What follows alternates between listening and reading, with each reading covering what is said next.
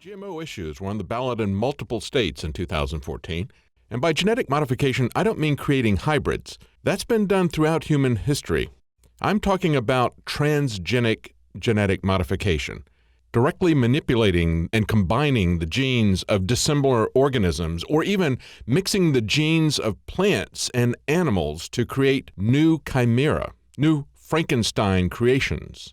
Bills to let people know if there were genetically modified organisms in their food by requiring GMO labeling were defeated in Colorado 66 to 34% and narrowly defeated in Oregon 49.3% to 50.7%. In Oregon, 100% of the funding to stop labeling of GMO in food was out of state. 100% of the funding to stop GMO labeling was from corporations. And spending was heavily skewed to keep consumers from knowing what's in their food. In Colorado, the spread was 12 million to 7 million.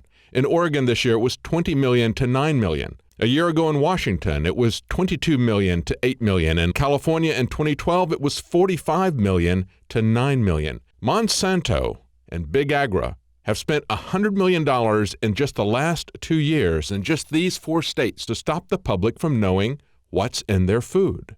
As a farmer and a new mom, accurate food labels are important to me. That's why I'm voting no on 92. Money spent on propaganda and lies to convince you that GMO is safe and it's too expensive to change a label.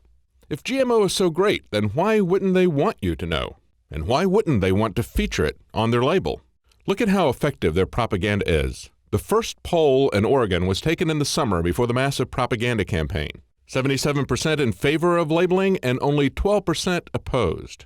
U.S. food companies already label in 64 countries. Shouldn't they label here too? Why can't we have GMO labeling? We have required labeling of food for many things like artificial flavors and colors, chemical preservatives, fat, oil, the percentages and kinds of fats.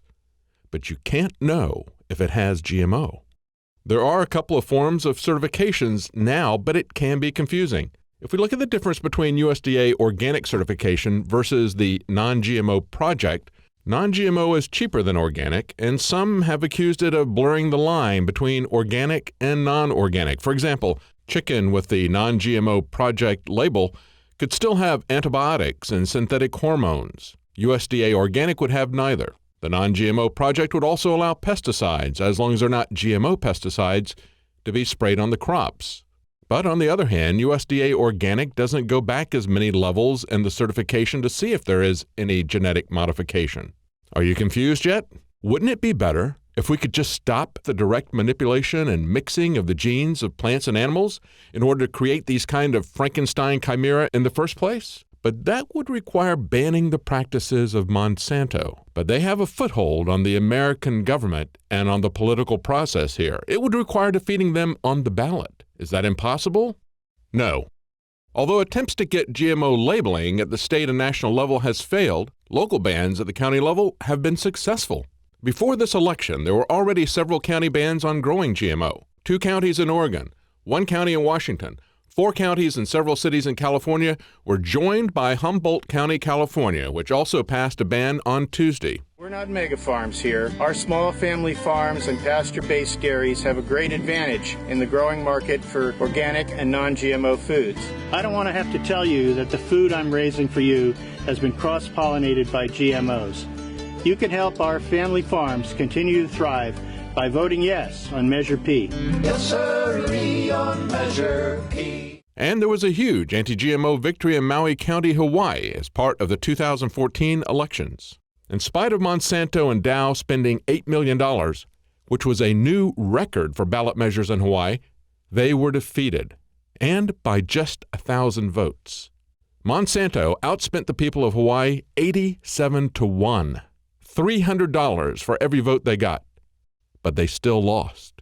Monsanto and Dow created a PAC, a political action committee, to run ads and called it Citizens Against the Maui County Farming Ban. The farming ban part was a lie. It wasn't a ban on farming. It was a ban on GMO farming. Big difference. The citizens part was also a lie. It was funded solely and exclusively by Monsanto and Dow. It wasn't a Citizens Against Farming ban. It was 2 GMO corporations against a GMO ban, and they lost. And there's a lesson there that goes beyond GMO. Remember, efforts at the national level have fallen on deaf ears. Multiple state ballot measures have also failed. Only the Vermont legislature has passed a GMO label law. But there have been multiple victories at the county level, stopping GMO at the source. All politics is local. We can fight corporate and government intrusion into our lives very successfully at the local level. When pressed about what the GMO Corporations Against Banning GMO Farming PAC was doing, their spokesman said, "I'm not comfortable describing our campaign activities." They're also not comfortable describing what they're doing to our food. For InfoWars Nightly News, I'm David Knight.